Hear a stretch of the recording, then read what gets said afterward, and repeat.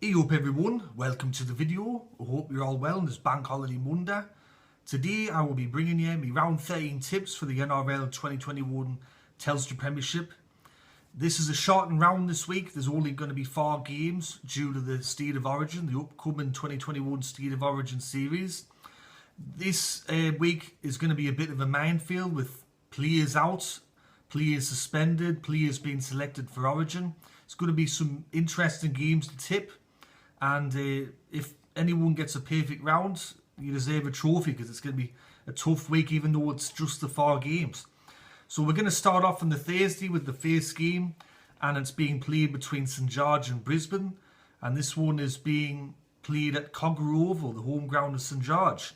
For St George, they've only won 1 match out of the last 7 games. So since they had that big win over Parramatta, they've hit a brick wall. They've only beaten Canterbury in between then. With Brisbane, as I've said, in some games, they're right in it. They'll push the opposition like they did against Penrith. And then other weeks, they'll just capitulate like we saw last week. For St George, they're missing Tarek Sims. He's been selected for State of Origin for New South Wales. They're also without Lomax and Duffy and some other players like Fui Miono, Maguire due to suspension. And for Brisbane, they're missing Xavier Coates and Pianas as well due to them being selected for Queensland. St George have the wood over Brisbane in the last couple of encounters that they've had against each other. St George have won the last 4 games against Brisbane. St George do go into this match as favourites to beat Brisbane.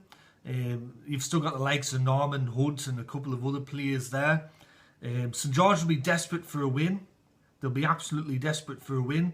And due to the fact that it's in Kogarah and the record they've had over Brisbane recently, I'm going to go for Brisbane. I'm going to go for St George to win this game, 1 to 12 points. I think St George will just edge it over Brisbane on that Thursday night, although I think it will be a tight game. On the Friday, the first match sees West Tigers up against Penrith, and this one's being played at Leichhardt Oval. For West Tigers, they're only missing the 1 player through Origin selection, which is Joe Ofahengawe. Meanwhile, for Penrith, they're going to be missing 7 players, most notably Nathan Cleary, Jerome Luai, Brian Toto, and a couple of others. Penrith are undefeated this year, as everyone knows. West Tigers have been up and down all year, inconsistent, very frustrating side to watch. Without all these players, I still think that Penrith are a good side. You've still got the likes of Willie Army Kickow there. You got Matt Burton. You got some other players there like Stephen Crichton and all that keeper. And there's no reason why Penrith shouldn't be any less stronger than they are with all the players they're missing. So I'm going to go for Penrith to win 1 to 12 in this game. I don't think it's going to be a blowout like in some of the other weeks you've seen Penrith play. I think this is going to be a tighter game. But I think Penrith, with all the confidence they've got and how they're travelling, I still think that they're going to get a win on that Friday against West Tigers. The first game, well actually the only game on the Saturday for St Abbott, is Melbourne against the Gold Coast. And this one's being played at the Sunshine Coast, which you could see as neutral territory, but I class this as a home game for Melbourne, and I'll explain why in a bit.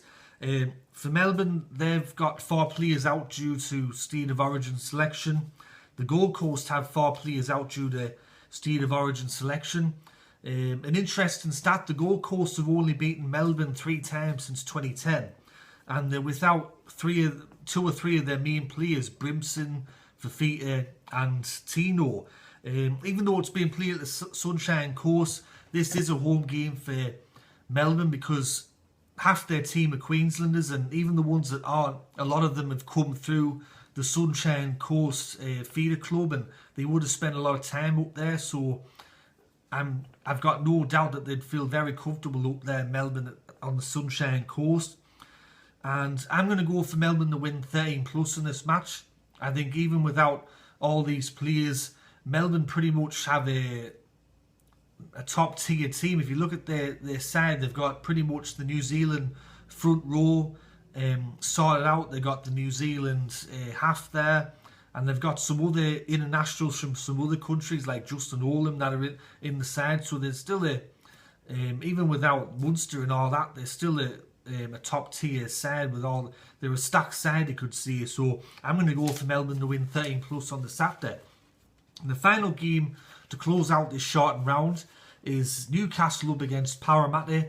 This one's being played at Marathon Stadium there on the Sunday. Newcastle have got 2 players that were selected for State of Origin, same as Parramatta. The last 2 weeks of Parramatta, ever since Wonga Blake's come back into the side, has been disastrous. They tried to hide him last week. They tried to put him on the other side of the field, but the problems with that side of the field with defence, Blake Ferguson, Tom Opacek was awful. Newcastle have been up and down all year, very inconsistent, but they have had a lot of players out and for various reasons. This game with Parramatta, Newcastle is their ultimate bogey side. Ever since Newcastle's come into the competition, they've always been a bit of a bogey side for Parramatta, and especially over the last 20 years in particular, they've been a really big bogey side. Parramatta's only beaten Newcastle 4 times since 2010, and with the way that Parramatta's going with the defence, the whole competition knows their weakness now, and every club is going to go down that side of the field every week.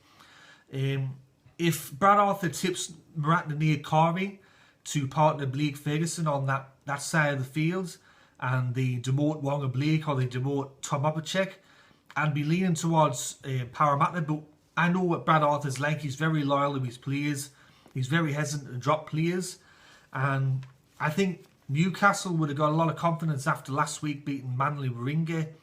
So I'm going to go for Newcastle to win this game by 1-12.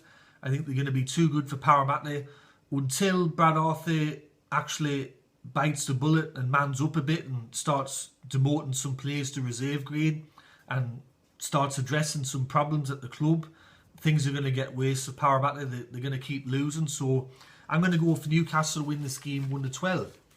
Anyway, that's me tips for round 13 of the 2021 Telstra Premiership. I hope you enjoyed this video. Let me know your comments in the section below, your tips.